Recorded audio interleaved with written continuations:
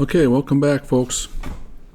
Yeah, we're going to do an interesting, some content this time. Interesting little, I've waited for the right time to do this because I wanted to, put a lot of thought into it because you see these all over the place, for the past decades, you're always seeing these sort of top 10 lists of players with the top bands, different genres, instrument. So I do want to touch on this, but mainly because the sense that I think we're and it's noticed by a lot of musicians and others that are, have been watching and listening for a long time, that there's usually a lot of people missing from this list. Some just, without any reasonable recognition that should be given to them. So I'm gonna not just point out some that are missing, but obviously I am gonna do just legitimate as within my personal bias and my history of guitar players in the past, whatever. I'm not gonna go back I'm gonna go back to whenever they were around. Could be 70s, 80s, 30s, 1940s, and I'm gonna do it in different genres. There's gonna be obviously some limitations. You have to sort of.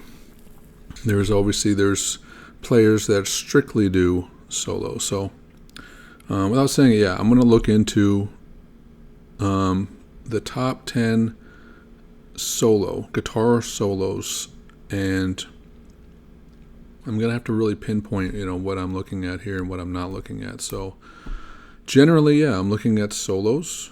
I am going to try to do it within a group setting.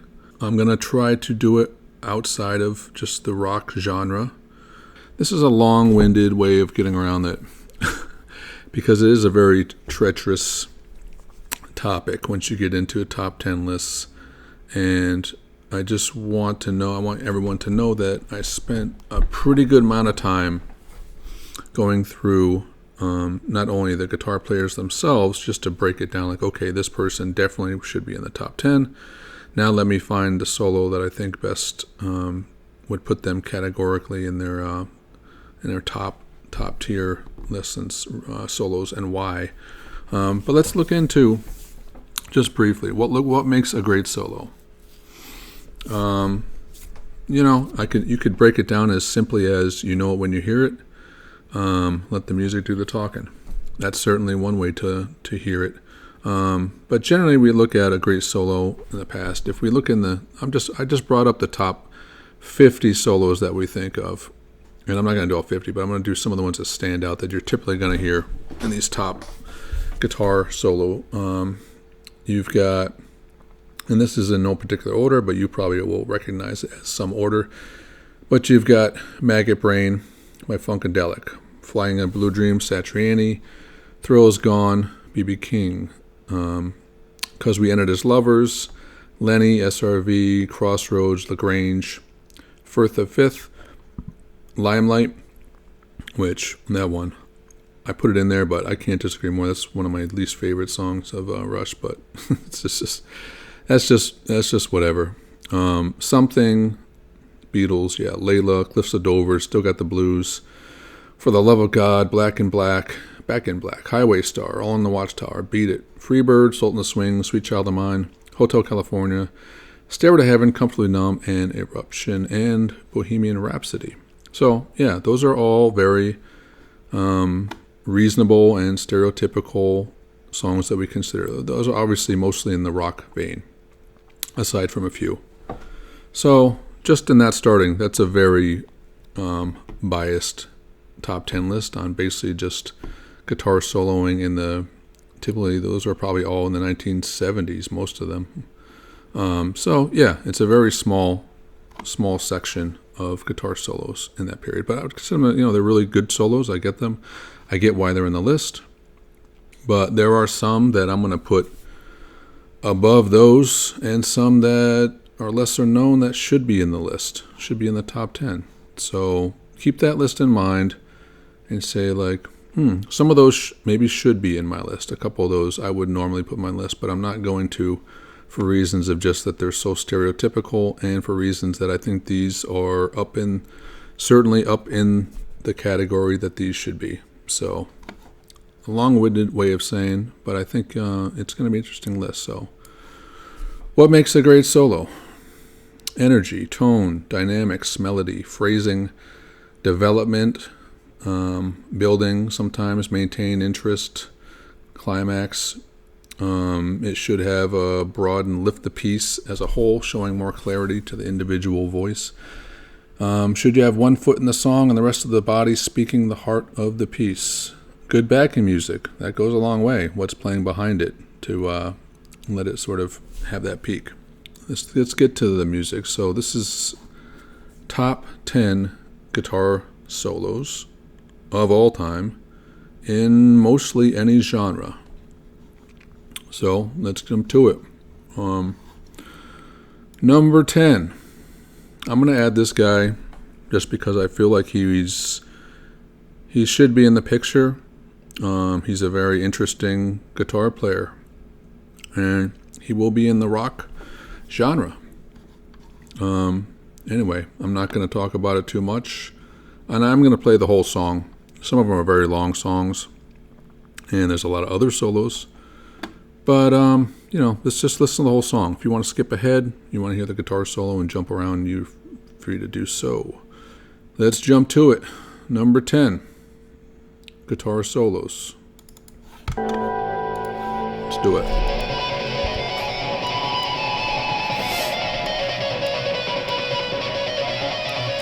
Cool intro already.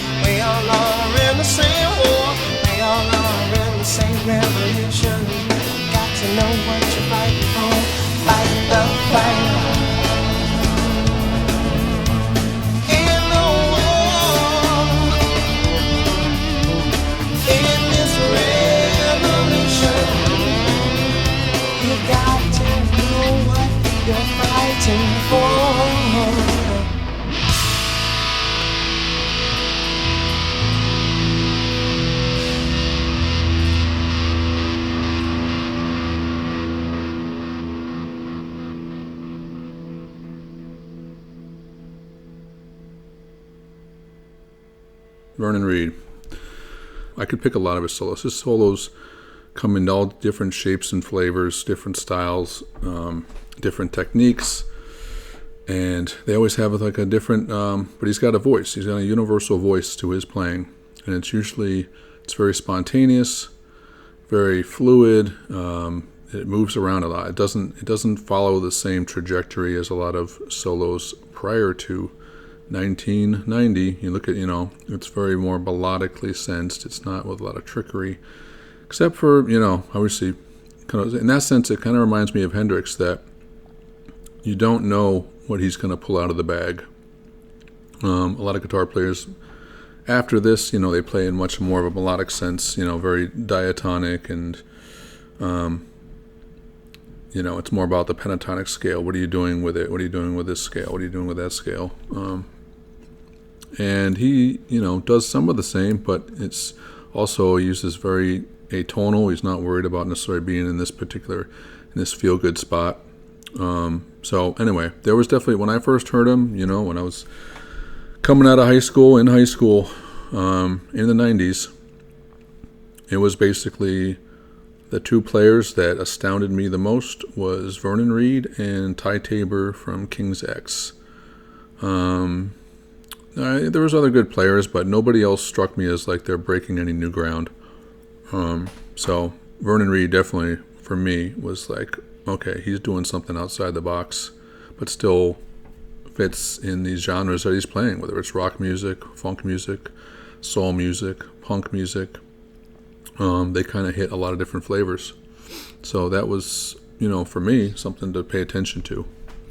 I should say, Nuno Bettencourt too. Extreme kind of hit me over the head a little bit, obviously, for guitar players in that period, and it's kind of waned a little bit for me over the time. I hit their first couple albums, and kind of honestly, same with Live in Color. Their first couple albums I thought were very strong, and after that, I just kind of slid off the I didn't see the same strength, the same adventurousness in their playing. But it could be. I didn't listen to I sort of went off the path a little bit, so there certainly could be stuff out there that it was like stands up, holds up.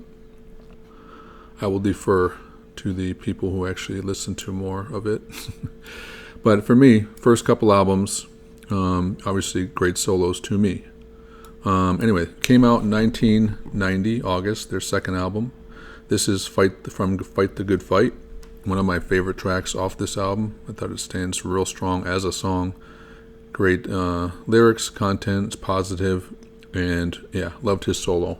It's got the shredding, which some people don't like. You sort of have the effects, you got the technique, you got the feel, and a lot of different styles. So I'm going to put this, Vernon Reid, for me, stands, he should be in the conversation for greatest guitar players of all time. And his solos, it's not just for his playing, his rhythm and everything. To me, his solos stand up in that box too. So I'm going to put him in the top 10 that I can think of. So, born in 1958. In the first album, he said he purposely turned off the rhythm tracks and just sent the bass and drums when he recorded Cult of Personality. He did that in the first take. He wanted a very raw edge. Because there's something very out of control about his solos. He's like not every hair in place kind of player, as he would say, and that's something I liked about him too. He was not didn't play it safe. He let his improvisation sort of take a lead role in his playing, which is a scary place to be. And not every player is like that. So he said right now, a lot of people are playing very diatonically and modally. Even the arpeggios sound diatonic. He said, I incorporate that as well, pentatonic, chromatic, and whole tone ideas, and I like to experiment with moving tonal centers, which I learned about while working with Decoding Society. So I have not listened to them. Decoding, that was a group that he played with before, prior to Live in Color. But yeah, I like that he's, he throws different styles, jazz, punk music and other styles into his tonal center, let's call it. My best solos come when I get into a stream of consciousness And there are no stylistic considerations, like now I'm going to use some two-hand tapping, now I'm going to play a hip-hop bebop phrase. It's all very enmeshed, and I like that about his playing. There are times when you can feel yourself thinking things out, but for the most part, if you're in touch with your capabilities, ideas will begin to flow.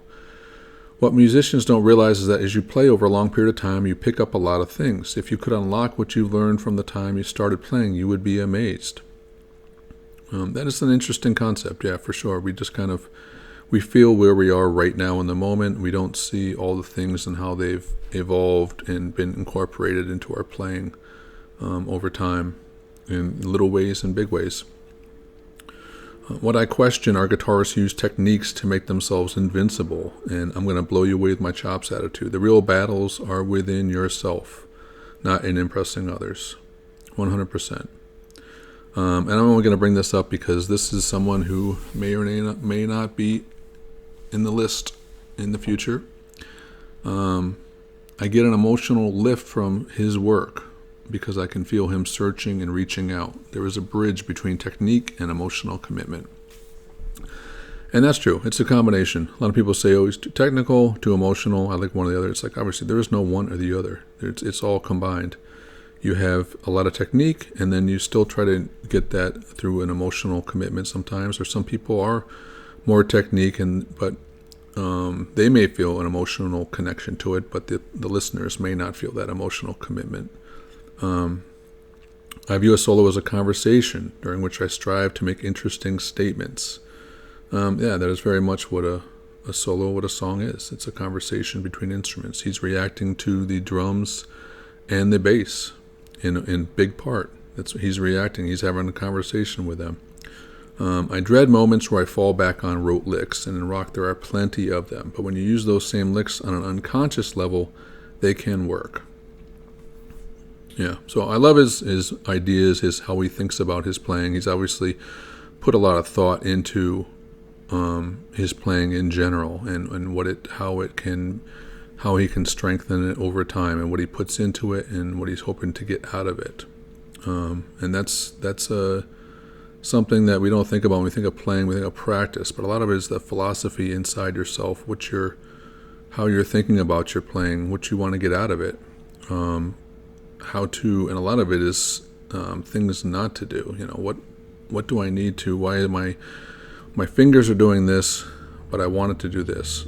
You need to open up your head. Everything comes from inside, so it's not just the techniques. Eventually, those are all just the technique that you get, but how do you unleash it? How do you open it up? How do you expand it? Because those things can increase your abilities, but they can also take away from other abilities just as much.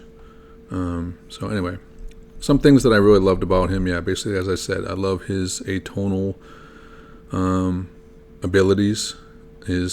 I like his sort of virtuosity, even though some people will look at his playing as being somewhat sloppy with the faster things he plays, but that's in reference to the time of other players who were playing these, like say Yngwie Malmsteen, someone who were playing these, super clarity arpeggios where you can hear every note from note to note. You can hear the separation of them. And he creates, he's more of like a blurred lines, I'm putting it into he's kind of like a Coltrane stream of consciousness, Coltrane, just a barrage of sound versus, you're hearing every note in my scale. So his dynamic sound palette and his drawing from like punk, jazz, funk, rock genres in general. So anyway, Vernon Reid, love his style. Even I had a guitar in one of the main guitar stores that I used to go to when I was first playing guitar for a couple years, and I remember him at the front desk saying I don't know, it came up, he was like, oh, who do you like? I was like, oh, Vernon Reid, among others, and he just did not like Vernon Reid. Thought he was just too out there, too sloppy, too this, too that. And I don't know. I took it with a grain of salt. I was like, I don't know how, for players nowadays at that time, if you're going to pick out players of the early 90s, late 80s, I should say, into the early 90s, Yeah, there's no shortage of rock guitar players. That was the apex of, just what you got over and over again. And a lot of them they just sounded the same to me. They just had, one step away version of all that stuff. It was just so cookie cutter, which everything can fall into that at any given time. Any music will become cookie cutter in one sense. There's always going to be, thousands and thousands of copycats. As Charles Mingus said, if Charlie Parker was a gunslinger, there'd be a lot of dead copycats. But Vernon Reid did not. He stood out from the pack, for sure. So, top 10. Anyway, let's go into the next one. So, top 10 guitar solos, starting off with Vernon Reid. Throwing shots fired. Throw in the comments what do you think about this choice? Where would you put him in guitar solos? Would you put him in great guitar player but not in his solos? Would you put him in as a great solo but not necessarily your greatest guitar players? I'll probably do a second part of this because I really want to hear what the audience thinks about some of these or all these choices. So this will be my section, and I'll definitely be a voice for anybody else if there's some mixture of content that you feel is missing, and you get enough people that believe that. I'll definitely do a part 2 to this and do some other stuff, because there's certainly stuff I haven't heard. I've tried to minimize that, and there is some, because even in the top 10 list, top 50 list, there was some Genesis in there that I was like, okay, I probably have heard that, but I haven't spent enough time doing that. So let's move on to the next one. All right, number 2. Let's do it, though. I'm just going to jump into it. We'll talk about it later.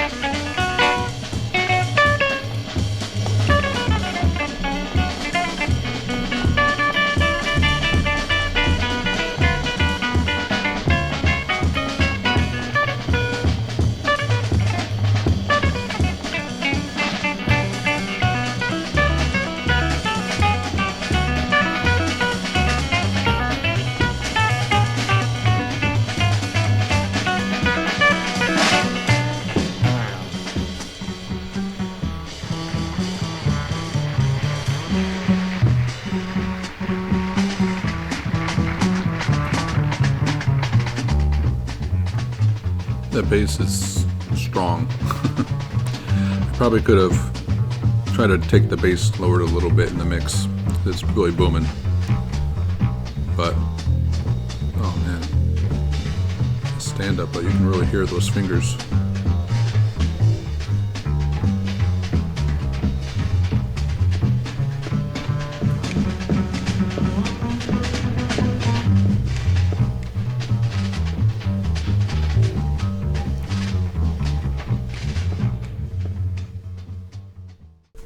All right, we're going to pause it right there, and then we're going to jump back into it. I just want to say, this is Byrd from, I believe I'm not sure the location, but it could be Newport, July 4th, but it was a 1968 live recording for Jazz for a Sunday Afternoon, Volume 2, The Guitars.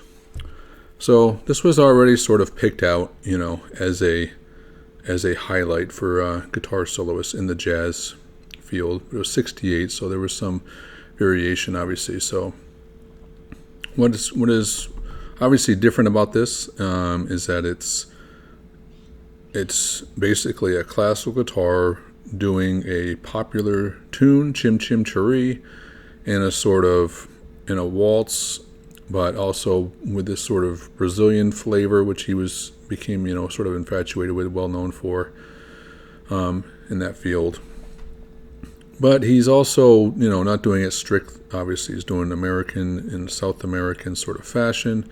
He's doing a lot of different things where he's doing, and also playing fingerstyle jazz, in a popular tune. So this one has, it sort of hits a lot of interest. There's a lot of interesting things that he's doing with this, and a lot of interesting takeaways. So we're going to jump back into it here. I'm going to kick it back just a little bit into that bass solo and watch him come back in. And here we go.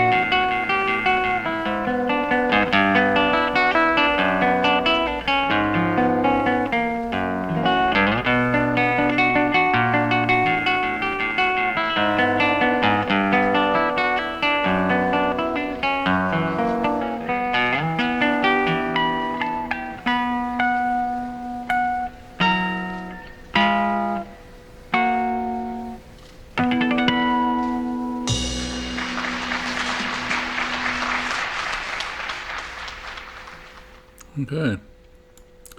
So yeah, some really cool harmonics at the end. Love to see this live because just watching him, manipulate all that would be really interesting to see.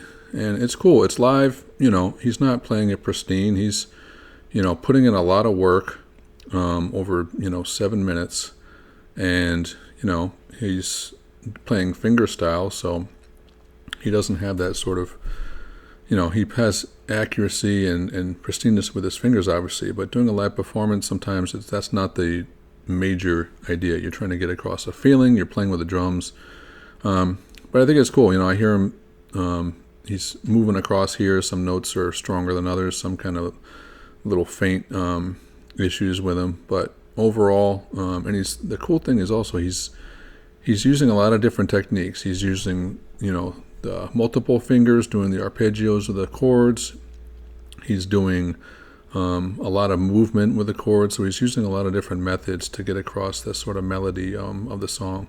And he's bending notes in there. He was bending notes. That is not typical, obviously. That's, he's playing sort of blues a little bit in this to get across these sort of feelings. So that's also very unique. You're not going to see in strict classical players, obviously, bending notes in classical guitar.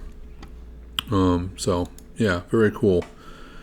So, Charlie Byrd might not be, but yeah, his earliest and greatest influence was gypsy guitarist Django Reinhardt, whom he saw perform in Paris.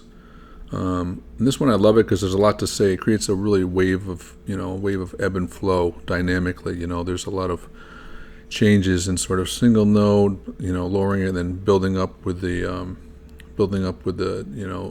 more frantic pace. And there's always a strong feeling with the chordal melodic sense of this particular piece and this improvisation. So it doesn't seem like he's playing a lot, but I never feel him like, going over the same old ground of things he was doing before. It always feels kind of fresh, for a so long solo. That's hard to say. Most if you heard a lot of these other players on the list, play for like, a 4-minute long solo, it can start to get a little overdone, a little, treading the same territory. So that's something that, in different spans of time, it becomes increasingly difficult to sort of maintain that interest, let's say. So, Charlie Byrd, my number 9. So you got Vernon Reid, and then, 30 years prior to that, Charlie Byrd doing his version of Chim Chim. I don't know who the other players on this. I would love to know who the bass player and drummer was, but I could not find that. This was on a compilation of great guitar solos. It was live, but they didn't keep the records that they do nowadays. So don't know who they were. Anyway, let's jump into the next one. Let's just dip our toes right into the music, do a little needle drop, and then we'll talk about it after. I don't want to go into this with sort of all the answers already. So number 8. Let's go into it. Here we go.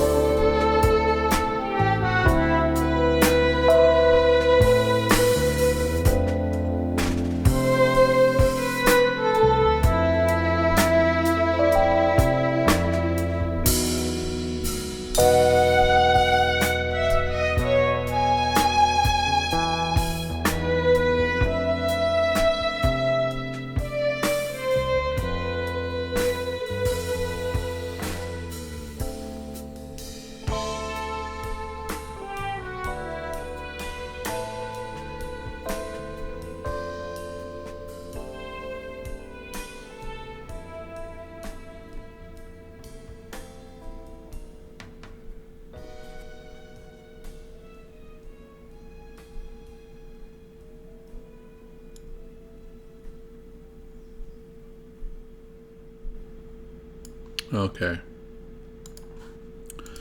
So yeah, this was a choice where, obviously, let me put in, if you don't have this, let me put in a little bit of who we're talking about here. So this was Steve Morse with the Dixie Dregs on their album What If. And what do we got here? Yeah, 1978. It was their second release. So we had Steve Morse on guitar, Mark Parrish on keyboards, Allan Sloan on violin and viola, Andy West on bass guitar, and Rod Morgenstein on drums and vocals. Obviously, that was an instrumental track. So, obviously, I wanted to throw some in here that were not like the guitarist comes out like busting out of a gate and just, just explodes on the audience. So there's, we have to look at like guitar solos as something where it can have a wide range of dynamics to it. Obviously, doesn't have to be over a certain BPM. It doesn't have to be, a blitzkrieg of innovation and sound and feedback and all that stuff. So I'm trying to pick interesting solos that are, up there with the best of the performer, but also showcasing a performer that does solos that belong in some of the greatest solos of all time, and then pick out the solo from there, which I think stands above in there and in the whole stratosphere of players. So Steve Morse obviously stands up there in guitar players. Not everybody knows about him, but certainly in the guitar-centric universe, he's very well known, and known for not just his abilities, but also his choices and things like that. So I have listened, I've heard, other solos that I liked of him also that I feel maybe more, comes out like gangbusters, shows a lot of faster techniques and things like that. But I feel like songs like this, kind of get left behind and don't stand out in the guitar solo field. So I certainly wanted to showcase some solos that would be in a slower fashion, and this would definitely be one of them. So I think he makes some really cool choices in this, and this is a song that just hit me when I heard it. I was like, that's a great song, great instrumentation between the whole band, but I feel like he really stuck with the momentum of the song as a whole and didn't veer from it too far, but just the melodic sense, how he just wanted his voice to sing. I felt like he did a great job in this, and I feel like this song stands out among whatever the list is. This one's up there for me. So Steve Morse, as I said, as a kid, he grew up in the 50s and 60s, born in 1954, and listening to Bach broke him of trying to copy Cream and Hendrix. We talked about, copycats, and obviously there's players out there where, thousands, tens of thousands of kids and people, guys and ladies globally were, just tuned into these players. His biggest influence, he said at some point, was John McLaughlin. I can definitely hear that. He won Best Overall Guitarist from 1981 to 1985, which 5 years made him ineligible to win again. So one can only say how much he, kept on being the greatest guitarist. And at that time, I knew about him, but I was not on board as him being, somebody that I was going to copy. And he's still, he's somebody that I respect greatly. When I hear him, I see what he's doing, but it's not, wouldn't be on my, he's probably of this list, which you haven't heard the rest of the list yet, but I would say he's probably on this list, probably the number one guitar player that I recognize his talent and his abilities the most, but somebody that I probably don't incorporate into my own playing or even have heard, the most of their music. Dixie Dregs was like a very interesting, especially in my early years. Dixie Dregs was not somebody that I could not take in. I didn't know how to take them in. They were a hard listen. But but I'm going to put him up there just because I feel like his style, the things that he brings to the table are super interesting, and I really appreciate it. So, yeah, some things about Steve Morse. As he said early in his career, obviously, yeah, they really think of labels, but if we did, it'd be something like electronic chamber music. And this one definitely falls into that category. Like, you just feel like where they're going with that. Obviously, we had fusion, in the 70s, so you could do a lot of different things. Writing nearly every note for every instrument. Morse orchestrated the lineup into a top-flight band rather than a collection of virtuosic soloists. Steve's master of tones and techniques earned him the reputation of being among America's finest all-around guitarists. Their strategy for this recording was you need to be, from the very beginning, make every instrument sound good regardless of what you have to do, and don't settle for anything shitty. So we started with the drums. He got great sounds. He's just a master. I learned a lot watching him, talking about the producer. Everybody played along with him, but Ken was just going for the drums, and then basically everybody went off of that. Then the bass, then we did the keyboards, then the violins, and last, of course, guitar. Like, we've got no money left, no time left, let's do the guitar. Some things that he was thinking about at the time, so he's like incorporating almost polyphonic concept into the electric guitar would be interesting. With the synthesizer, it was possible. He said, yeah, I'd like to incorporate more of the idea of the classical guitar into electric guitar because it's so much block parallel motion usually with the guitar. And he just saw the narrow-minded ideas of what it was to play electric guitar. It became obviously very blues-oriented. Most of the stuff came from blues and early rock and roll. But, in the 70s and late 60s, jazz and classical started to creep into that. Obviously, he was speaking from the time in the late 70s. Once we hit the 80s, obviously we did see a lot of very Baroque-style classical brought into the electric guitar with a lot of different players. It became very much... but it was not in the, I would say, the chamber music sense of electronic music. It was very much in the sort of Paganini soloist focus on one instrument versus the whole group, like an orchestra, electronic orchestra. So anyway. So yeah, Steve Morse, I'm going to put up there. Definitely, obviously, belongs in the guitar lexicon. He's somebody who's impressed me with how he plays and his choices.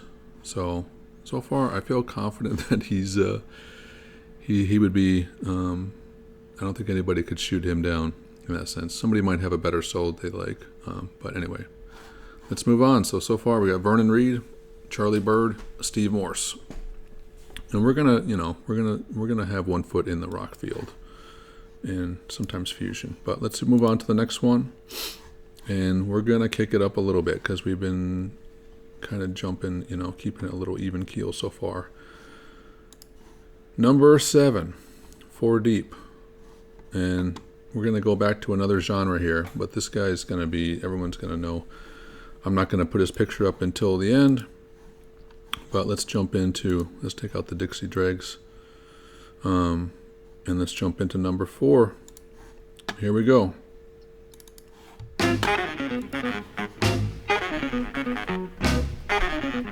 You already hear what's going to happen.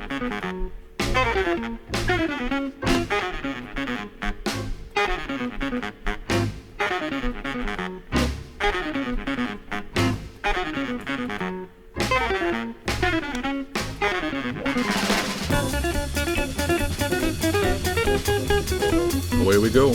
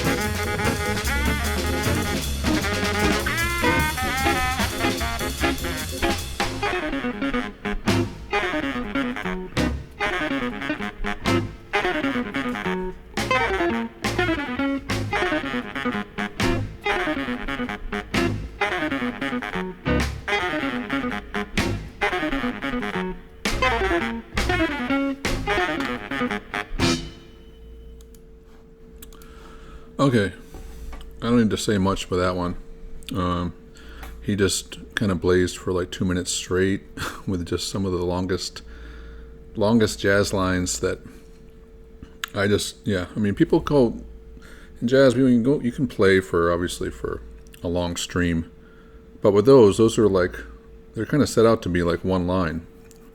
But I feel like sometimes I feel like I've lost my breath, like I'm following him along and I'm just at the end and he's still just like dragging it out, almost like the last 10 notes are just in this sort of blur fade out, and I'm just like, I feel like I was breathing along with it.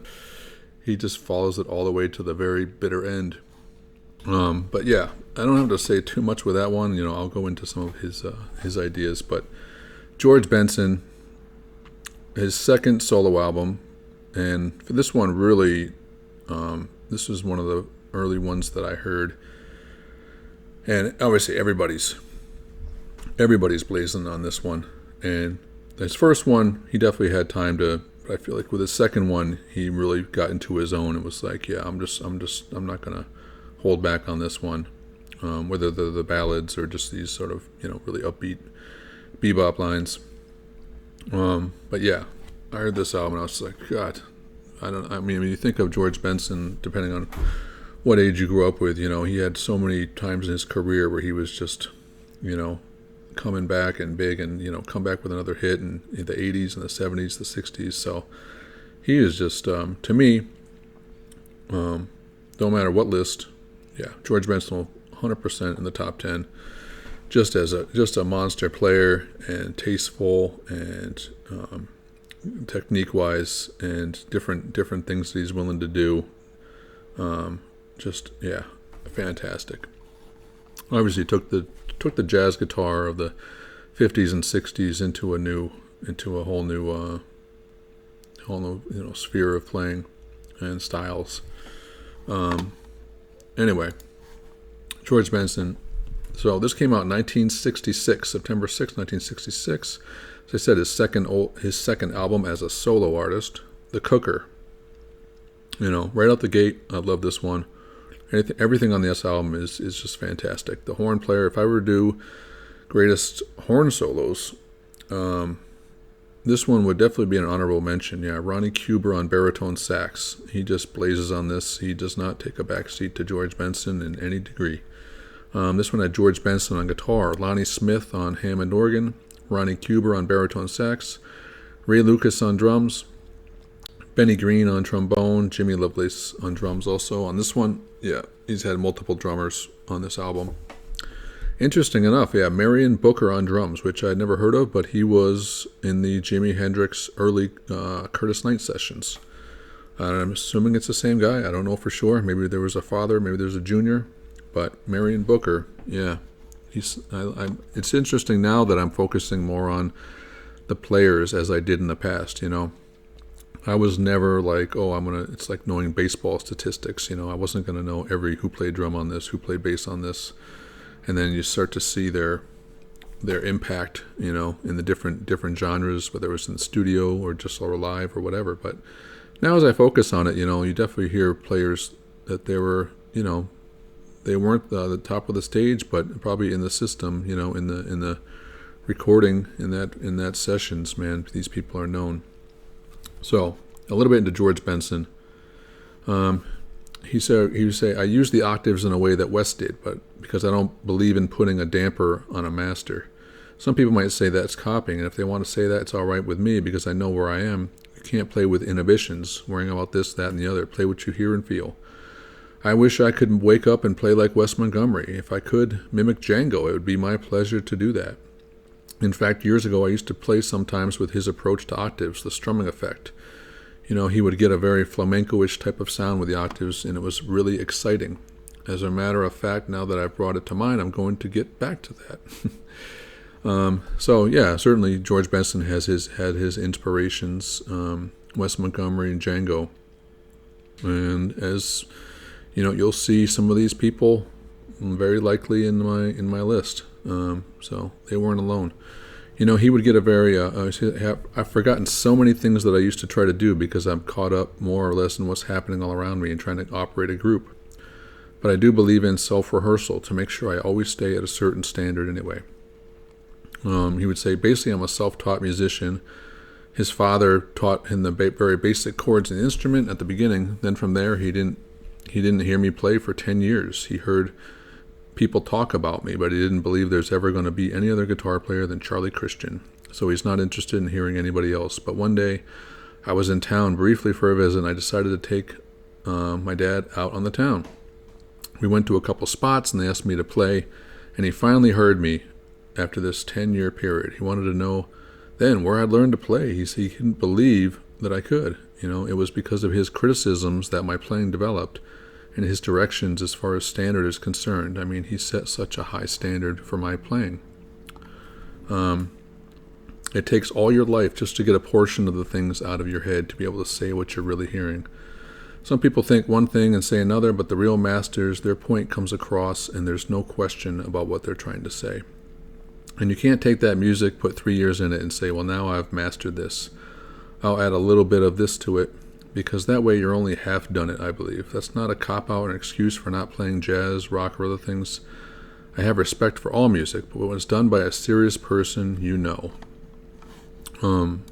So, yeah, that's true. You can't, it's just as admirable, certainly, to go after different styles. But you said, Django Reinhardt, or whether you go after B.B. King, or try to get Wes Montgomery or Charlie Christian or anybody's style. That's valid. It's your own path, so you go for it. But when it comes to styles, you can't expect to be the master of that, within a few years, and just say, okay, well, I got these scales of Django, or I've got these scales of Wes Montgomery, I got the octaves, I got this, I got that, so I basically am 10 guitarists in one. It's like, no, it's not that easy, but it's just as valid if you want to, embellish your own voice and expand it. That's what you'll have. You can get that. That's fine too. But just recognize that when you see the real deal that's been doing it, his style, you can't take away from that either.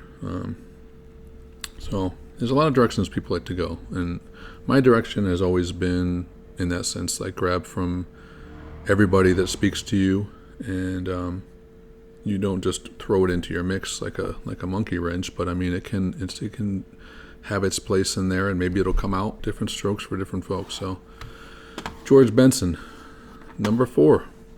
All right, I'm going to pause. Okay, George Benson, number 4. So far, I feel we're on solid footing here. Vernon Reid, Charlie Byrd, into the jazz, Brazilian jazz. Steve Morse, easy pick. And George Benson, I feel comfortable with that song. Anything on that album and his early stuff where he's really doing hard bop jazz. Yeah, he's fantastic. Player through and through, George Benson. So far, I feel we're on solid footing here. Vernon Reid, Charlie Byrd, into the jazz, Brazilian jazz. Steve Morse, easy pick. And George Benson, I feel comfortable with that song. Anything on that album and his early stuff where he's really doing hard bop jazz. Yeah, he's fantastic. Player through and through, George Benson. All right, we still have some surprises here, but we're gonna have some that aren't so surprising. So let's go into our number 6. So we had 10, 9, 8, 7. So we're into our 5th pick. And this is not going to be a super surprise, but I'm going to throw in. We're going to jump into it. This one is a hard solo to pick. The guitarist is easy. He's going to fall into it, but the solo was something where I really had a hard time figuring out, because he has so many quality solos out there. So this is one where it's kind of a, flip a coin. But let's jump into it, and we'll talk about him later. Here we go.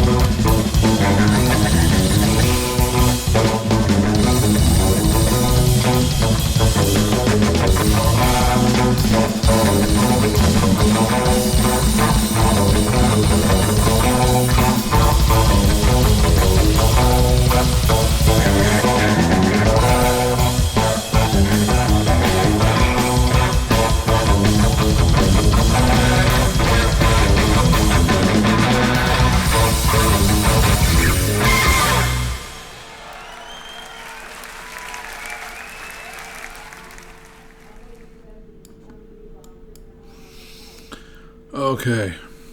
Yeah, that was that was animalistic solo right there.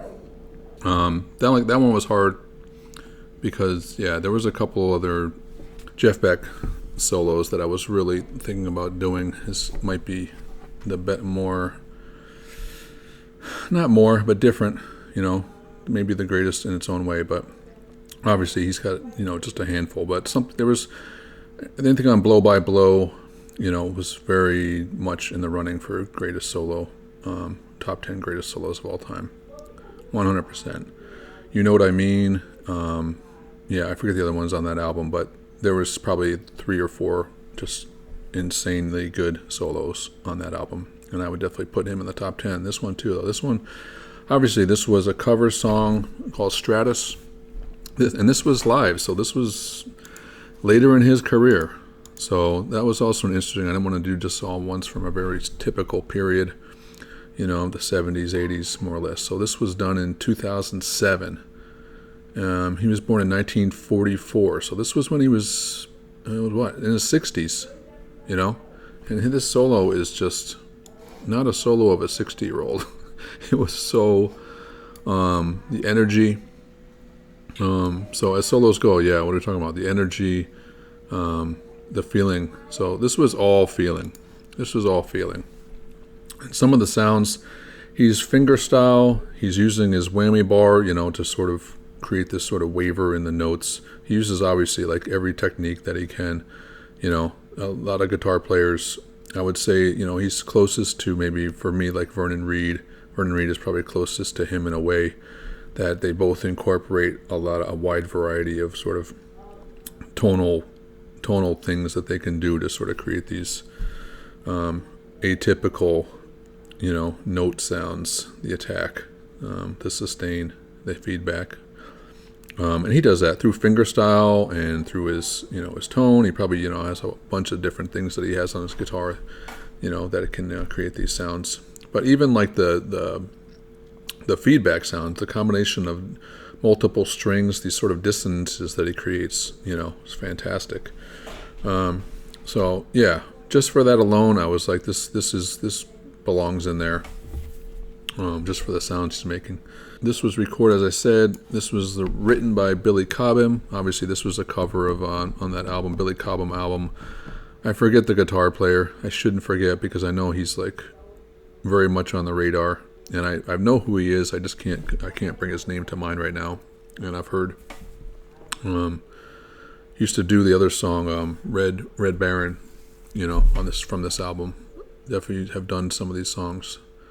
2007. Peaked at number 10 in Australia, which is pretty crazy. As bass player at the time, Tal, because I was interested in, I don't know how long she was playing with him, but Tal Wickenfeld, she went on tour with him, playing at a club in 2006. She met the Allman Brothers and jammed for 40 minutes with them. She sent the recording to Jeff Beck when she auditioned for his band. So after touring in 2007 with Chick Corea, she joined Jeff Beck for a summer European tour, ending with Eric Clapton's Crossroads Festival. By November, she had rejoined Beck for a week at Ronnie Scott's, where this recording comes from. So yeah, that was interesting. I didn't know how long she was playing with him, but it hadn't been very long, through the summer. And then Vinny Colaiuta, whichever. I got a whole lot of vowels in there. On drums. So this was just 3-piece. I think it also had Jason Rebello on keyboards, Tal Wickenfeld on bass, and Jeff Beck on guitar. So, no real surprise with this one. Jeff Beck, one of his solos. You could pick multiple solos and say it belongs in the top 10 solos of all time. They put "'Cause We've Ended As," other lists would probably put "'Cause We've Ended As Lovers." And I could see that big time. That would probably be an easy choice also. So I'm not sure if I was trying to steer away from the obvious choice. That one belongs in there. He incorporates a lot of different techniques. I think just having this one in there because it was live, it just created a little bit, the intensity level was a little bit, playing live sort of in the moment. Anyway, so far, Vernon Reid, Charlie Byrd, I'm sure, was off people's radar. It's in a genre that wouldn't normally be included. Steve Morse and George Benson and Jeff Beck. Feel pretty solid so far. And now we're getting to the second half of the tier. I think Jeff Beck you could easily put in the top 5, for sure. So he's someone I just want to put in there as a sort of palate cleanser. But yeah, please put in some comments. Tell me who do you, in your mind, who's your top 10? Who's your top 5? And if there's some consistency with some of the picks, I'll definitely do another video, with other people's choices, and then I really get to experience it maybe on a different level. And maybe, who knows, I probably haven't heard it before. There's definitely some in there that I would have not heard and would love to see, where it sits in this idea. Anyway, appreciate it. Let's jump to the next one, number 5. So you're probably wondering, this is going to be probably the more interesting section, because you're expecting a top 5 that's sort of pretty standard. We're going to jump into a different genre. We've done sort of one straight ahead sort of rock, hard rock, Living Color, one sort of Brazilian jazz, Dixie, Dregs, very fusion-y jazz, or fusion-y rock. George Benson, sort of, very standard, bebop jazz with guitar. And then Jeff Beck, which is another sort of, blues rock field. So we're going to move around a little bit more in the future. So let's go to the next one. And here we go, number 5.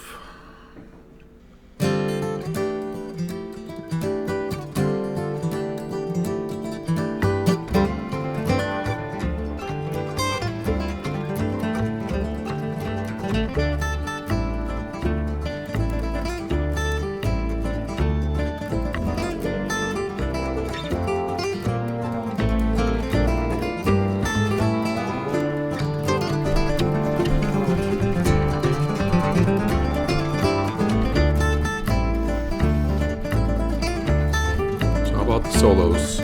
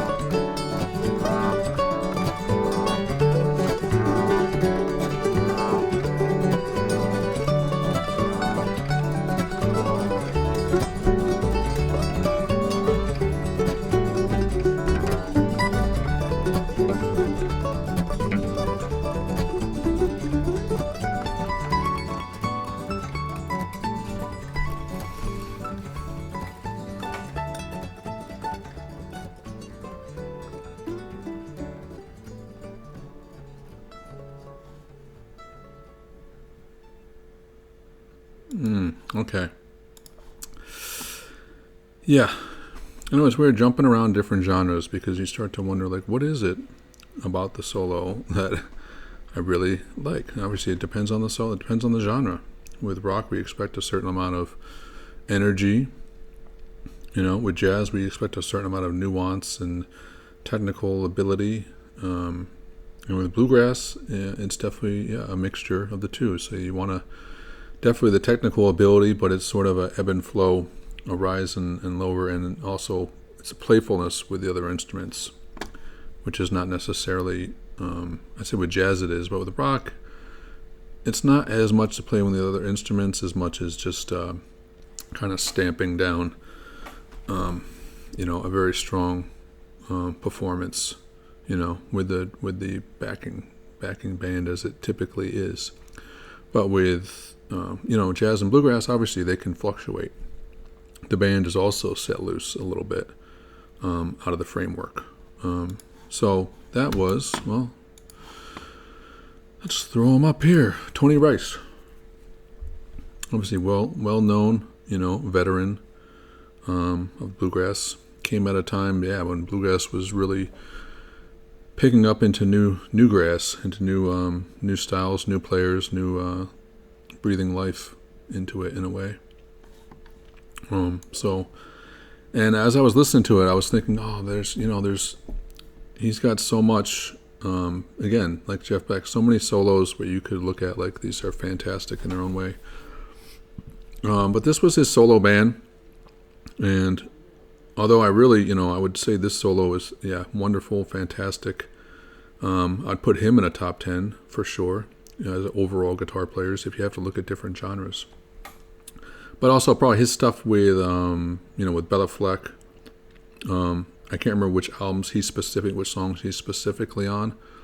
But I would probably, I don't think I immediately went right to those, because those would be probably also good choices.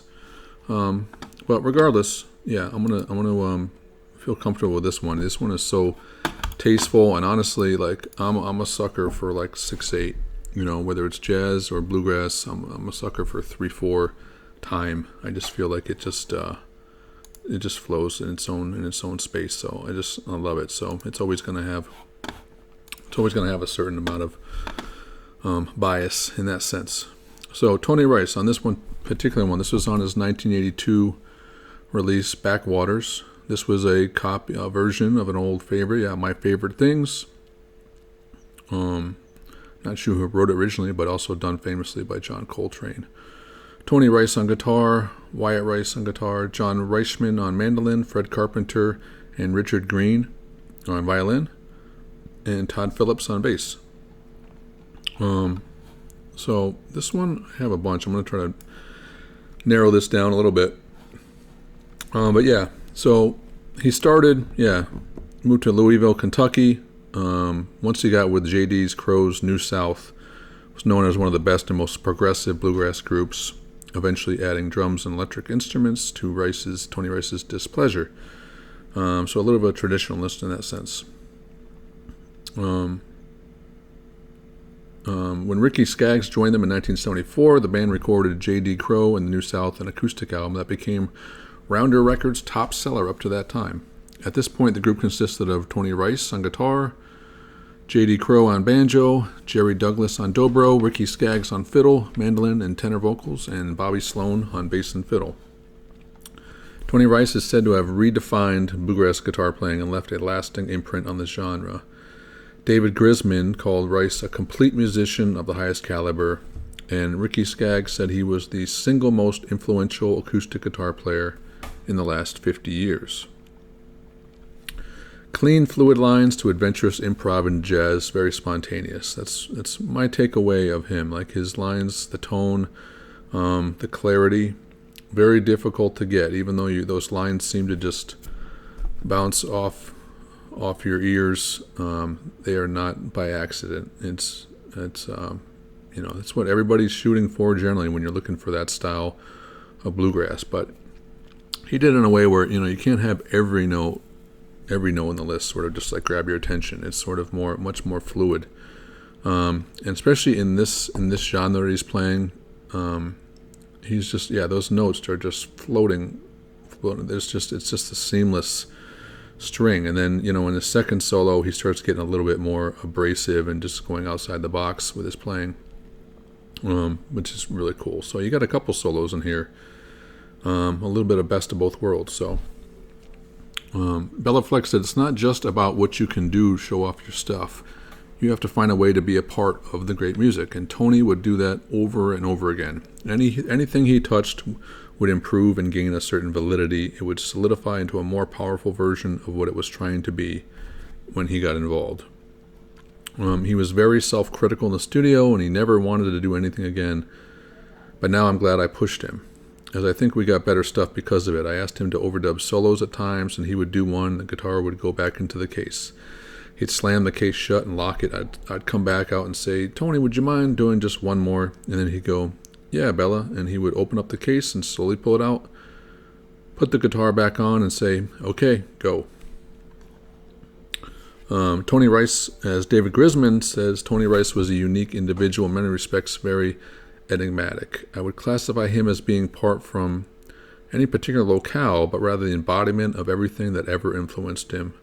He deeply loved great musicians, music, and sound, and although he was playing in what I consider to be one of the best bluegrass bands of all time when we met, he was listening to modern jazz almost exclusively. He was the gentle, sweet soul who funneled most of his intellect, emotional, and spiritual pursuits into the music he played. The rest is still inside. And yeah, there was as a part of this, he was known, also spoken by some of his very close music friends, that he was not the, in the studio, he was not a people person necessarily. He was, he had a sort of vulnerability that kept a sort of closeness hard to grasp. He wasn't somebody that could, in other words, he had some walls. That wasn't his strength as far as, being a very free-minded musician. He was very hard on himself, and that's what he put out there the most. That took the priority of everything, of being the best that he could be, and he had to maintain that. And I think he had a pretty early career. At some point, he had some physical issues that were very detrimental to his playing, and he didn't necessarily want to have that be his legacy. So I think he bowed out relatively early, in his early 40s in his career. So, but yeah, when I listen to him, I hear such a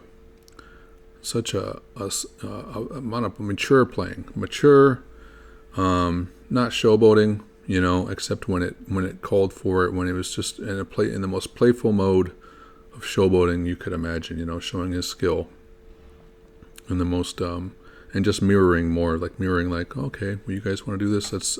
I can do that too. Let's keep it going like that. So I don't know. That was just such a beautiful tune. Standard classic, my favorite things. And yeah, I could listen to him play that for 10 minutes straight. Just want to hear him just, do line after line, just going up and down from very like clean lines to just like being more adventurous and spontaneous, and playing out of the genre a little bit. So that was a good mixture, like bluegrass and jazz, which for a lot of people, that was not something to be. You would not hear, that's where I really liked them starting, doing jazz tunes, or jazz tunes doing classical tunes, or, any version of that. It really took them out of the box a little bit and allowed them to explore in different ways. So we're halfway through. Let's jump into the next one. What do we got? So we're getting down to the nitty gritty here. So after Tony Rice, what do we got? 4 left. Let's look at the whole ability line. Let's look at the whole diversity of playing styles. Okay, here we go again. We're gonna start over. My battery ran out there. Gonna jump right back.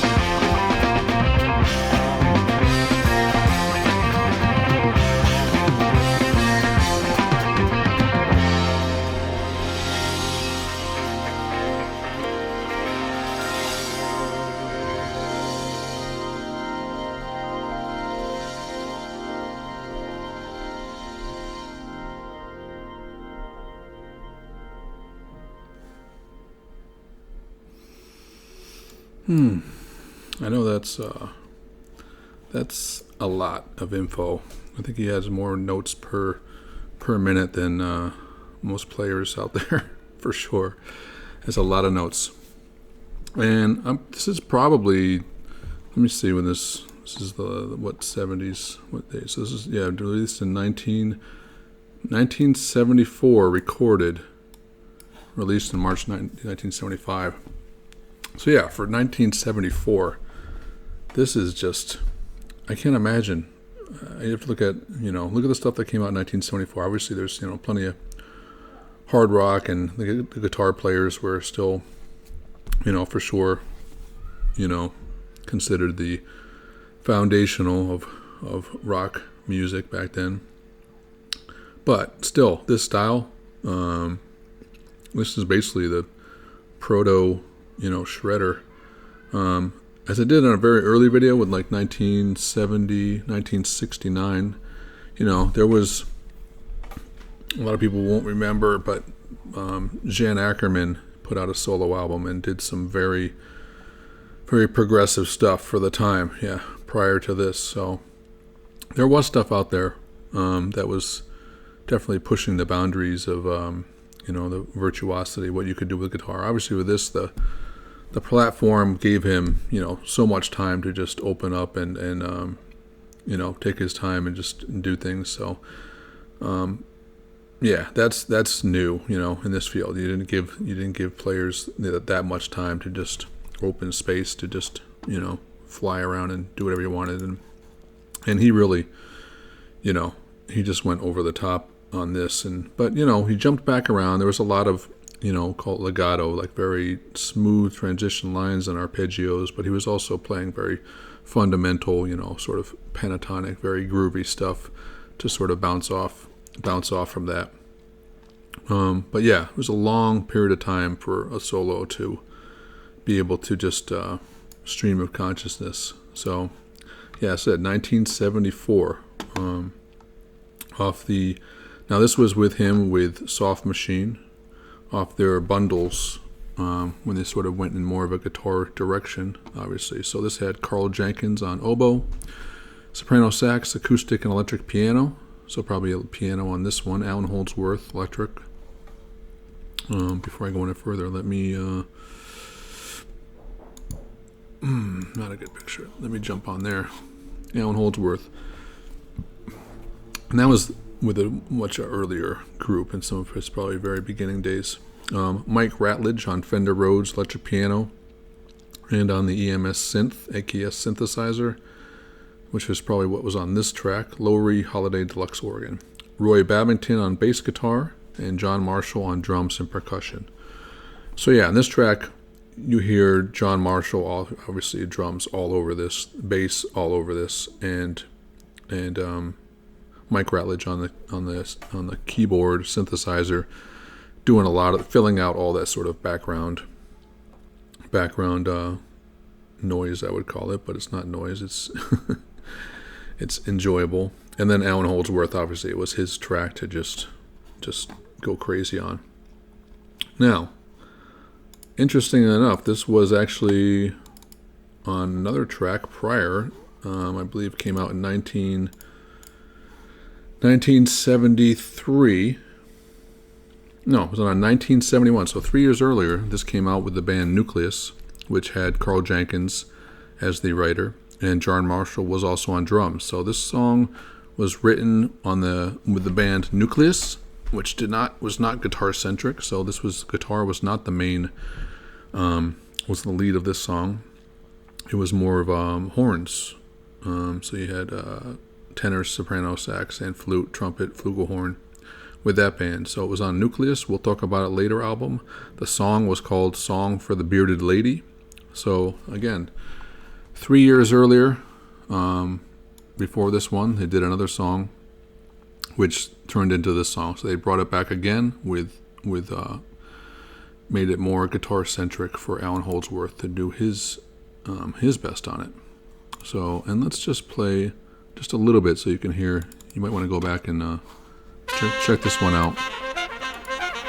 Song for the Bearded Lady.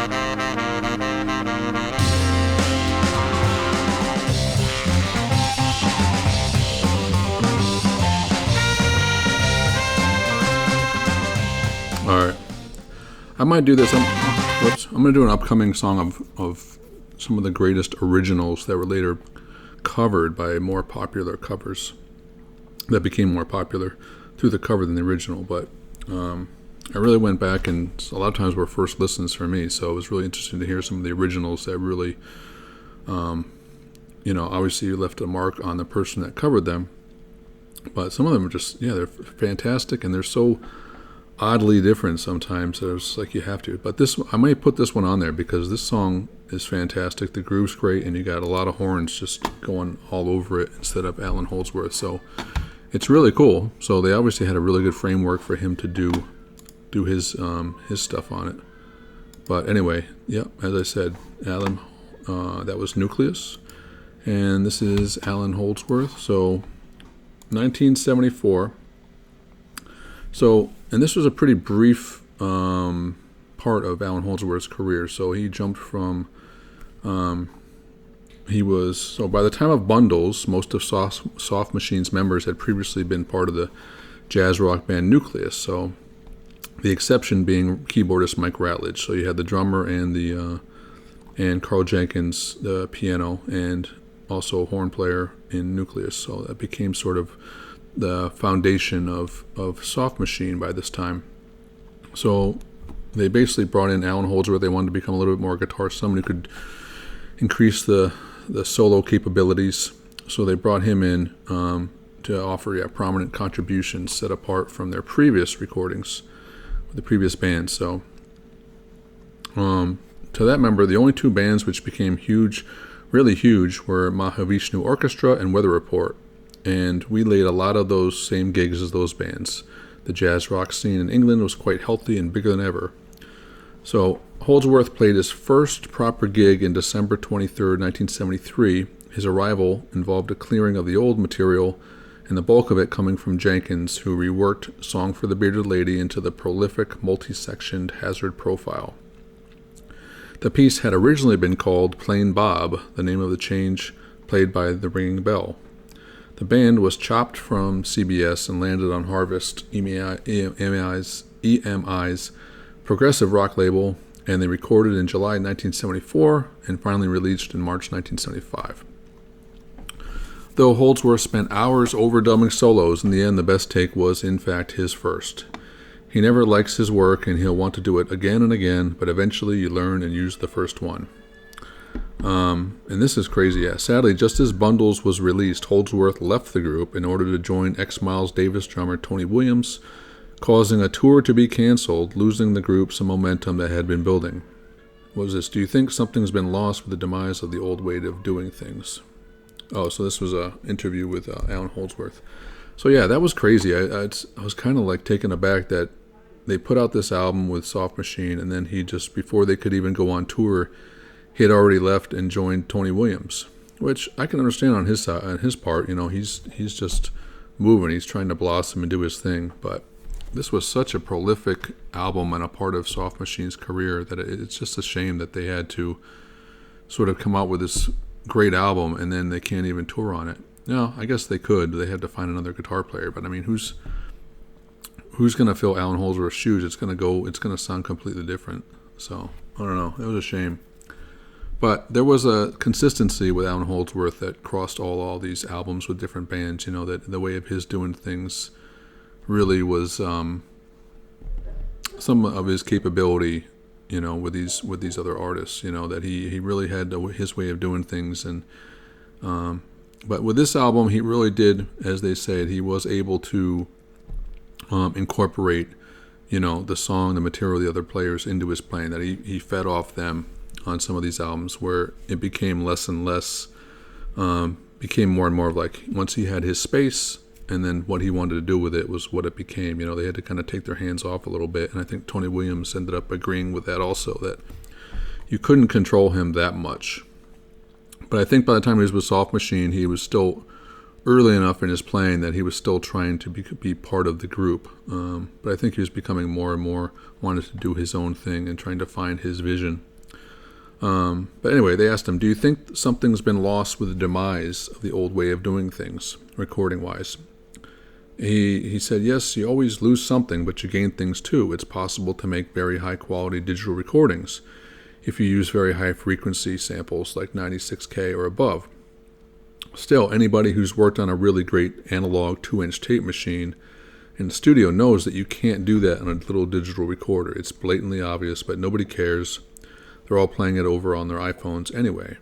We have to ask about the box set's title. It doesn't sound like something that you would call it.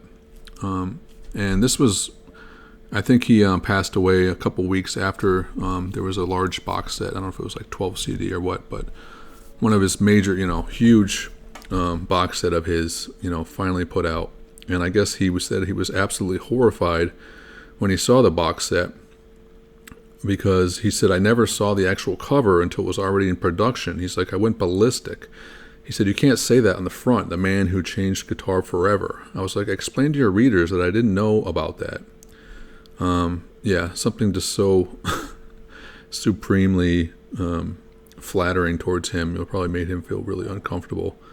I'm sure in his own mind he was a work in progress and always just trying to get better, and it took a very academic view of himself, not in the over-expanding, time of guitar playing. But, he did change guitar. For 74, he was somebody that, gave a lot of people a lot of different ideas. So he said, you've been a musician most of your life and a recording artist for nearly 50 years. Was there a point in your career when you thought, I've made it? And he said, no, I've never thought of it like that. Like a lot of musicians, I was just trying to survive, but survive by doing something that I enjoyed as opposed to turning in a day job. I got pleasure from that. I could continue to learn, and that never stops. I'll never really know very much about music, no matter how long I live. That's just how it is. When you get over one milestone, there's another bigger one, always. But that's striking the way he put it. It's like, I'll never really know very much about music. That's a beautifully humble way for a musician to look at things, and it's pretty rare, especially among someone of his caliber. There's thousands of people, and I think the further they get, the less it's similar to ways of thinking. The more you know, the less you think you know. So yeah, it's definitely an amount of wisdom in his mind. So anyway, Allan Holdsworth. Yeah, and for me, until I went back and to hear this early stuff, I didn't realize he didn't have as much an impact. I mean, I was around the time, when he started going on his own career with what was it called, with some of his first solo albums. And like everything else I've brought up in this time, with probably even Jeff Beck at some point, I didn't recognize his fusion stuff. Steve Morse, I didn't really understand his fusion stuff. So yeah, there's a lot of players where when the time you hear them isn't necessarily the right time to hear them for yourself, and it may take a few years before you can learn to absorb it, into your understanding. So yeah, and Allan Holdsworth, definitely by the time his solo albums came out, I heard it and I was like, yeah, it sounds great what he's doing, but I just don't know how to take it in. It's just too much. And to some degree, the sort of guitar, the way the guitar players just took over the world, became a little overindulgent for sure, and he might have encapsulated that to some degree. It's like, okay, that's the sense of guitar solos. This is a very long guitar solo. Some people, you need to get out before and leave people wanting a little bit. But not on this particular album in this series. There's stuff where I feel like the band is holding their own, so everybody keeps it very fresh. But anyway, that's we're down to, obviously, after Allan Holdsworth, what is left. And there's 3 more in my book, not necessarily in that order, like I said, but I'm going to put them in there. They're going to be pretty striking. So let's jump to the next one. This guy, we're going to jump back genres again into a little bit older period, but I feel like, he's been mentioned probably by most of these guitar players in some sense that he created took the world by storm. This one's going to be a little shorter because we've been doing some long pieces, so let's do something a little bit more, a little more compressed here. This one was difficult too. This guy, in my book, every solo is on equal footing. Every solo is perfect in its own way. So there's not much you can do wrong with each of these solos. But this one in particular, once I heard some of it, I was like, okay, yeah, he's definitely doing something pretty cool. And it was a choice between this one and another one, but I went with this one because I feel like he explored a little bit more. And here we go.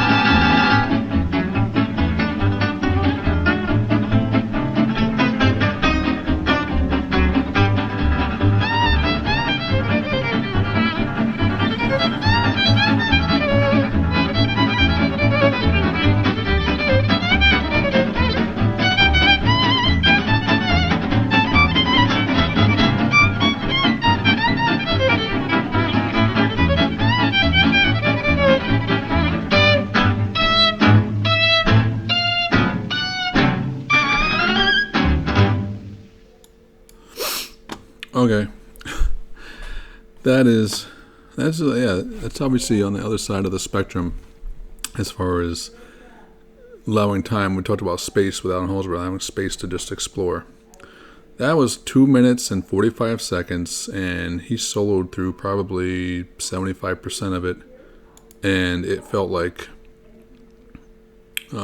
as I've heard before, and I talked about him before with another one of his songs, that everything that ends up on his solo sounds like it was practiced, 1,000 times, and that it just goes compositionally, just lands, perfectly, with, diverse styles. And I mean, he's doing so many different techniques, and it's just flawless. It just lands on the fingerboard perfect, as it should. So I put him in the category of, with George Benson and, let me see, George Benson, Tony Rice, Jeff Beck to some degree, as somebody who just plays fantastic solos all the time. Plays perfectly tasteful solos all the time. They're just consistently adventurous and bold and tasteful, and all the great superlatives. Django Reinhardt, he's ridiculous. I've had trouble reading his on sheet music and keeping up with his playing, because it sounds like he's playing something a regular line. I realize he's playing it so fast and seamlessly, like it doesn't seem like it. He does it in just 5 seconds, and he's ripping up and down the fingerboard, whether it's like chordal or octaves, or he's doing bends, or he's doing these sort of sliding runs. Yeah, he's insane. He's easily in my top 10 player of all time. And to find a solo that he somehow outdoes himself, it's impossible, because he's just beautifully consistent of just sublime solos every time. And he's got so many tracks. Yeah, he's got hundreds of tracks. Anyway, that's an easy one. Django Reinhardt. And, as I mentioned, if I talked about the other guitar players, in the top 100, half of them I feel like would mention him as a serious somebody who inspired them, if they heard him. Anyway, that one was from Limehouse Blues. That was on a pretty early track of his. So what do we got? To jump into Django after Allan Holdsworth is a pretty jarring thing. But yeah, recorded in 1936, April. Django Reinhardt on guitar, Joseph Reinhardt and Pierre Barreau-Ferré on guitar, Stefan Grappelli on violin, and Lucien Simons on bass.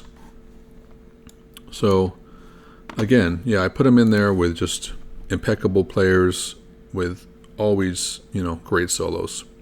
Let's see, but let's keep moving forward. This is going to get really interesting, the last two. One of them is one of the most obvious choices, but probably not the most obvious pick. A few of these I've done live. There's probably tons of live. Like, I couldn't say the greatest solo because there's so much live stuff out there. If I include that, it would be impossible to know what was the best solo. I couldn't listen to every live, even if it was available. It would be impossible. Anyway, I appreciate you all being here. Really love to hear from you. Keep exploring, keep digging. This is going to get really interesting, the last two. One of them is one of the most obvious choices, but probably not the most obvious pick. A few of these I've done live. There's probably tons of live. Like, I couldn't say the greatest solo because there's so much live stuff out there. If I include that, it would be impossible to know what was the best solo. I couldn't listen to every live, even if it was available. It would be impossible. But we're going to jump into our number two. So our number 2 and 1 are going to be interesting for me because one of them is going to be very obvious, and the other one, I feel like most everybody has slept on this person. But I'm going to say the number 1 is not going to be someone you're expecting. And I am 100% sure in my book that this is possibly the greatest solo in the history. And for reasons that I feel like, just as far as what a compositional good improvised solo could be, this guy just goes off the charts. And so I'm going to leave it there, but we'll get into it later. But for the second one, we're going to go into a pretty obvious player who's well known, probably in the top 3 guitar players of all time. But I want to pick a song where I just feel like he encapsulates, what a good solo could be. And this is going to be a live one. There's a bunch of other studio choices that are probably on everyone else's list, but let's do this one. So here we go. Number 2.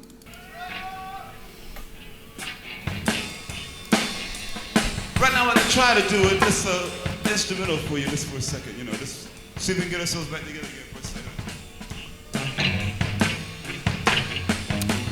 Try to get back to your get yourself together here. See if you can get that energy.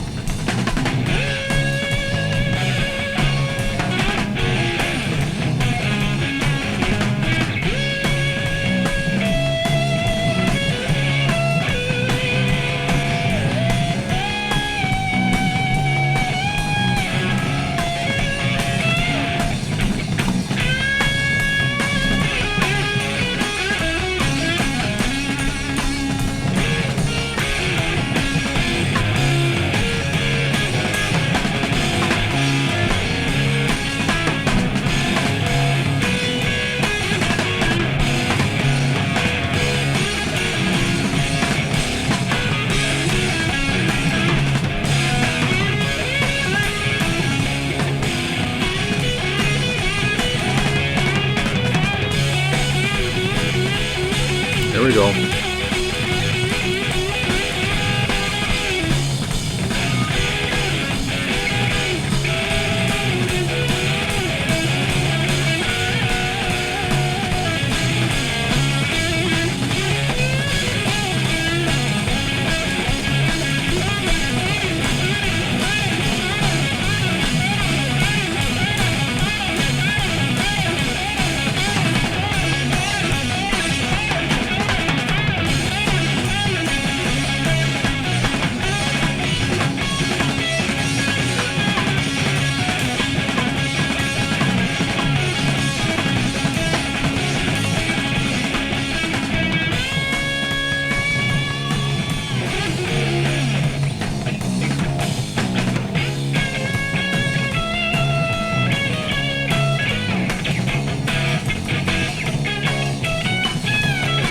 There's solo 1. Let's see.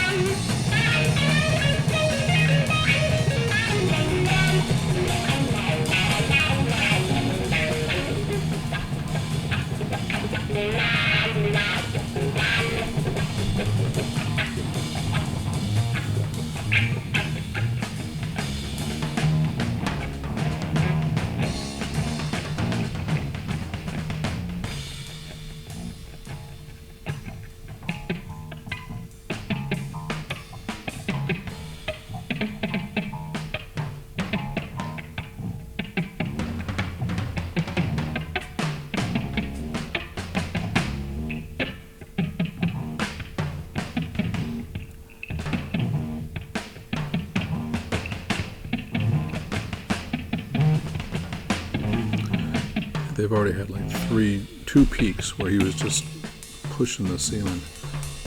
Now we're dropping down again because I think they're coming up for their final blast off.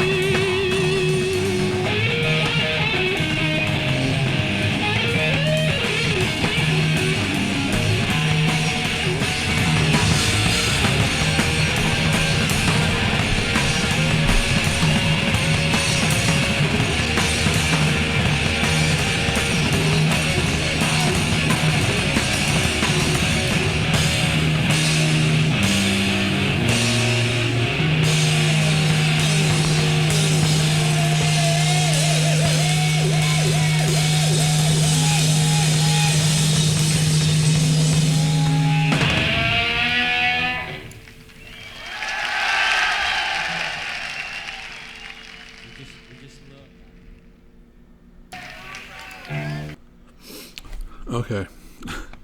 So, yeah, obviously, this was from, let me put in, yeah, so this was from a Paris recording, 1968, and there were, there's two other versions, I think, or at least one of the versions of the BBC of Driving South, which I just loved. Yeah, it's crazy that they weren't on another album, but I think even Curtis Knight took credit as writing the song, but as I'm going to play you a quick little bit here, this is the original here. This was actually, I didn't realize this until years later, to hear the main head of the song.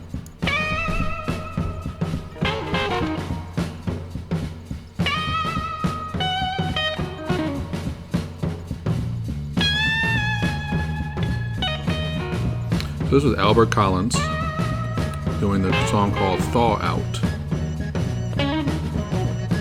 And this is where Driving South basically derives from.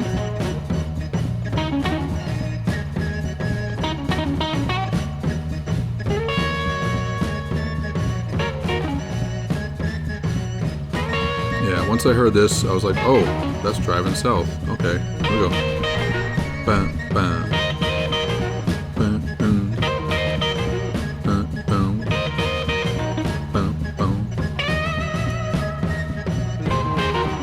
Yeah, that's it. So, yeah, and the BBC, that's probably my second favorite. It's much cleaner. It's a little bit faster.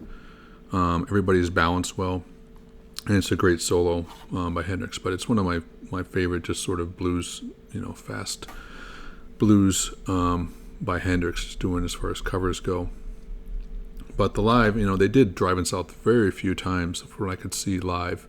Like less than a handful of times, maybe 3 or 4 times, if that, on live albums. So when I heard this version of it, I was just like, wow, it's slower, it's a little groovier, but he just goes ape on it, and it's just like monstrous. Plus the amount of power just playing those single notes that he gets, I was just like, wow, that's so much wattage just pushing through that one note. It sounds so thick and strong. And but yeah, always loved that version of Driving South. I mean, as a solo, I love it just because it's like when the energy is just going through the roof. But as a song as a whole, yeah, there's a lot of low points. They get point where everyone's real quiet and they're all just sort of just kind of like Machine Gun, just playing very, very minimal stuff between Mitch Mitchell and Jimi Hendrix. But once they start ramping it up, it goes really fast. So I put it in that category of one of my favorite solos.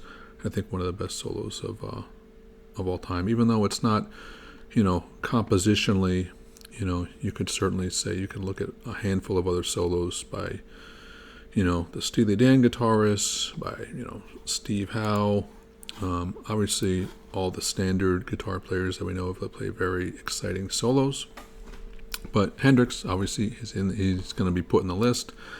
I think normally they would put like All Along the Watchtower or maybe Voodoo Child all of his solos are wonderful. I just wanted something that was a little bit more forceful.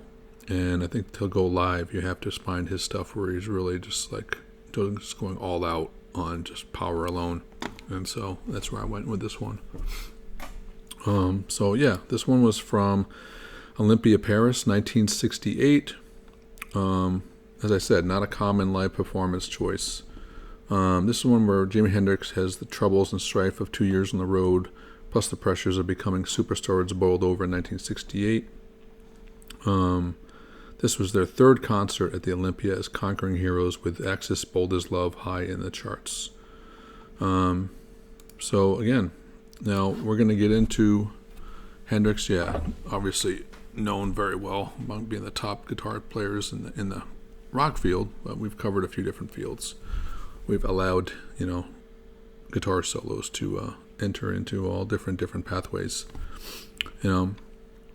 which, has to be noticed when we talk about great guitar players. Obviously, if you're going to say that, then allow guitar players of all, stripes into that field. So this last one, we're going to, this is one that once I heard it, I was like, this has to be one of the greatest solos I've ever heard.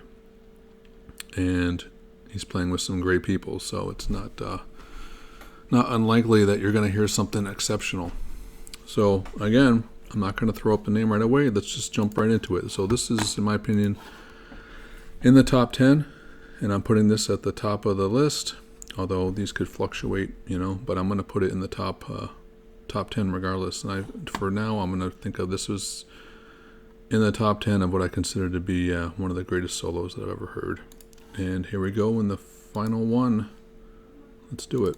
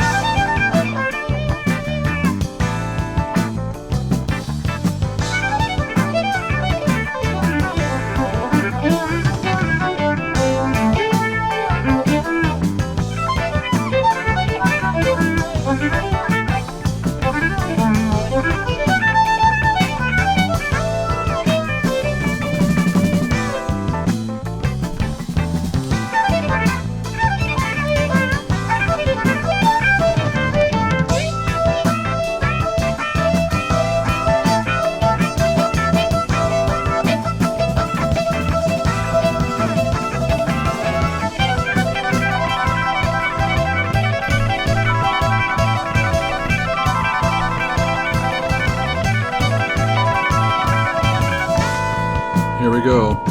This is it.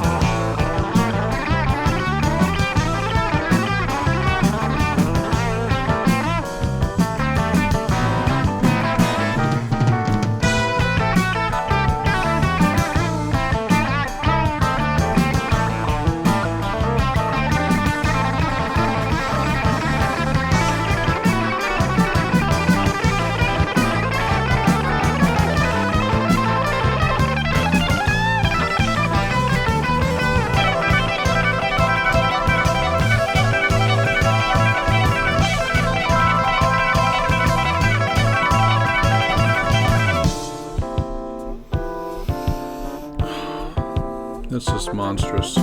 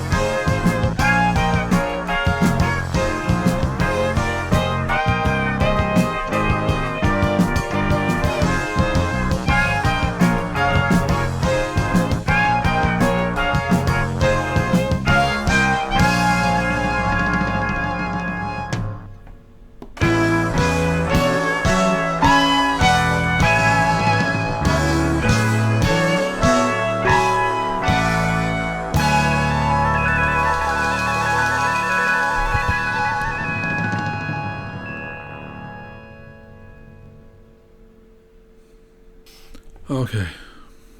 Daryl Stuermer with Jean-Luc Ponty. Jean-Luc Ponty, electric violin. We know Daryl Stuermer on electric acoustic guitar. Patrice Rushen on electric and acoustic piano.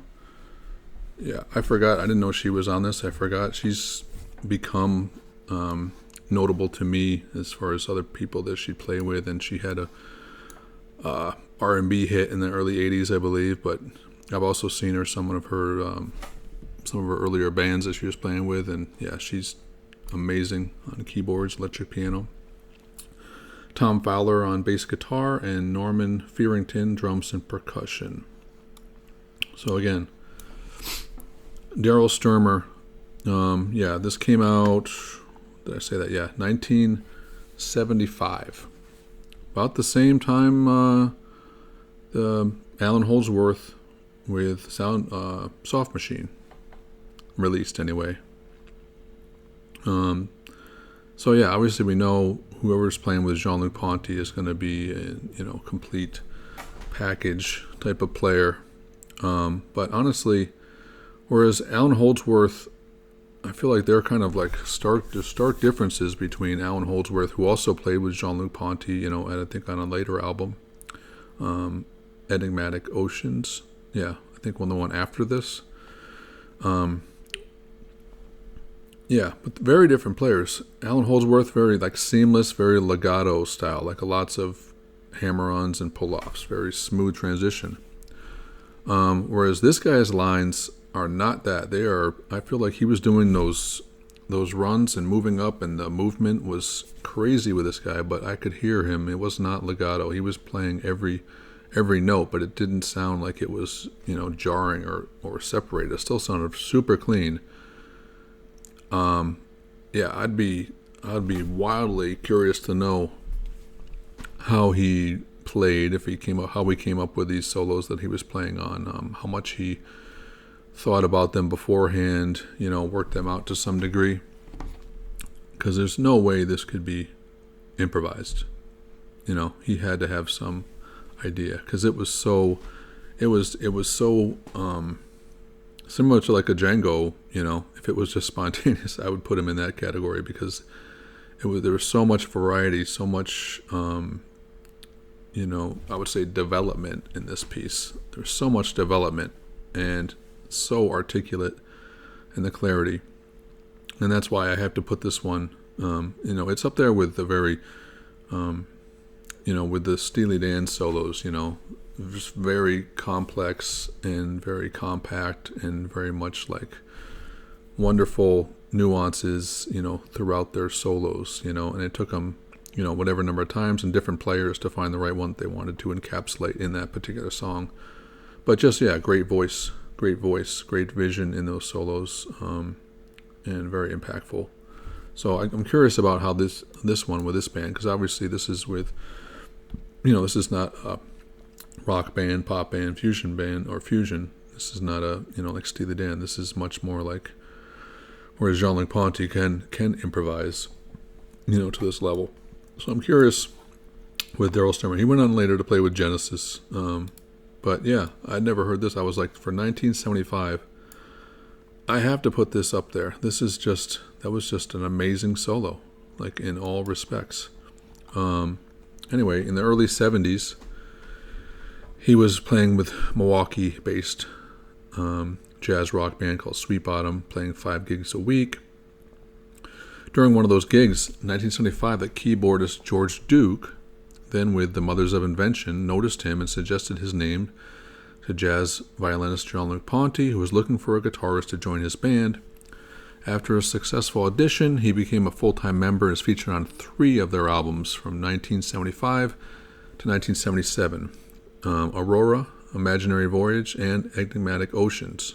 So, yeah, Allan Holdsworth, I have to look back, did play on one of those same. I think he was also on Enigmatic. He shared guitar duties with Daryl Stuermer. So that would have been an amazing couple of guys to see each other, seeing themselves and the others, what they were doing, because just amazing players.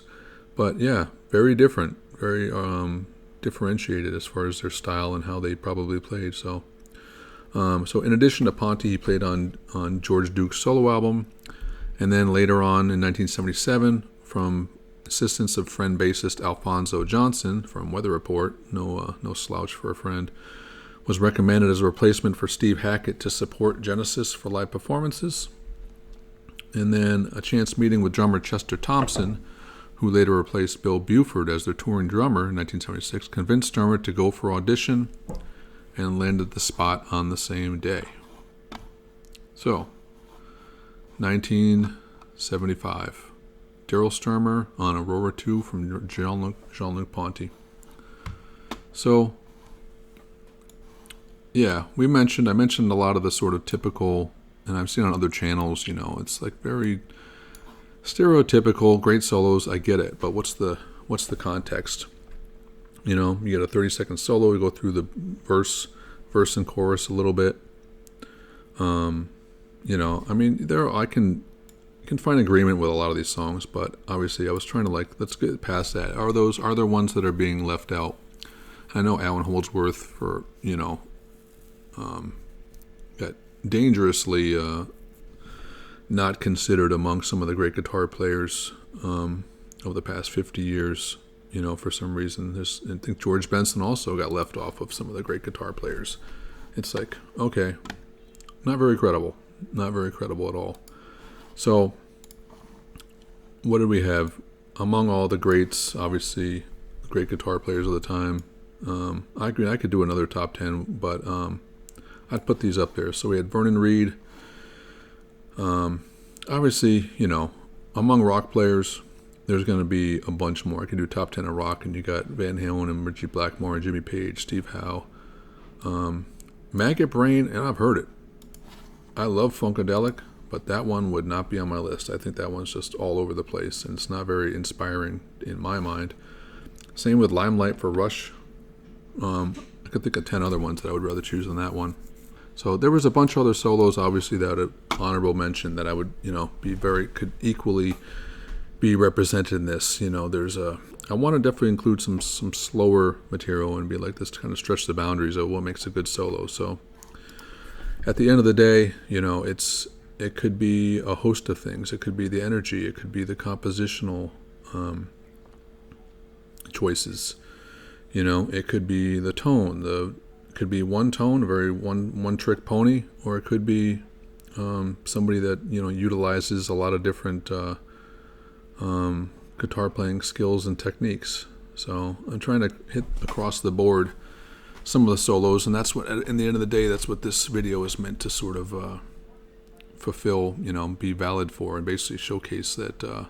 Let's look at the whole ability line. Let's look at the whole diversity of playing styles, that can put it, make it effective in being one of the greatest guitar solos of all time. So at this point, I'll have to springboard off of this and let everybody sort of, have a viewpoint. What did you like about or not like about this list? What would you say who belongs in this list, in this style?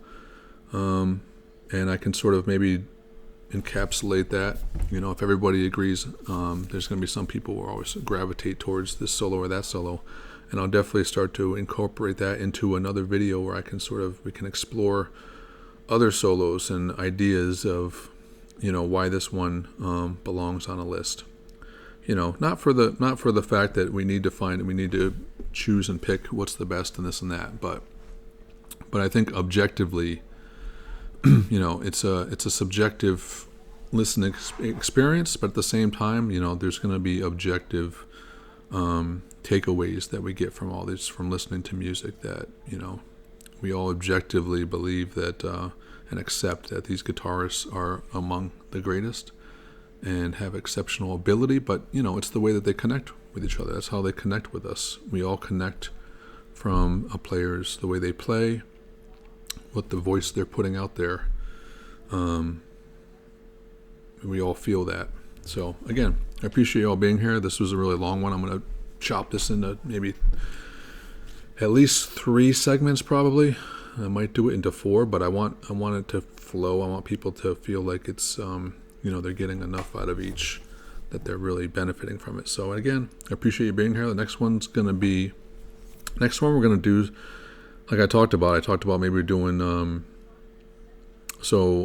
Allan Holdsworth was taken from a Nucleus song that didn't have a guitar on it, and the Jimi Hendrix Drivin' South was written by Albert Collins, Thaw Out. So I'm going to do some other original songs that were typically not as popular, did not get the recognition, did not get the ears listening to it to recognize the greatness of the song.